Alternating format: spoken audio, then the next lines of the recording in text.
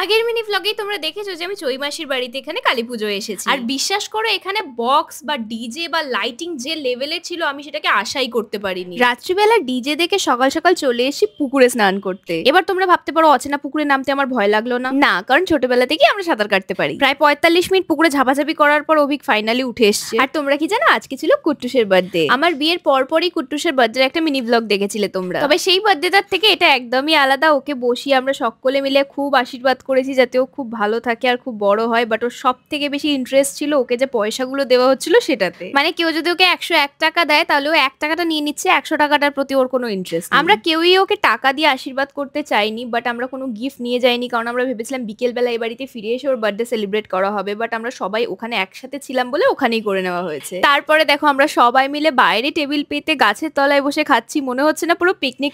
And ওখান থেকে বেরিয়ে আসার আগে আমরা একটা কেকও কেটেছিলাম। তো দেখা হচ্ছে তোমাদের সাথে নেক্সট মিনি ব্লগে, টাটা।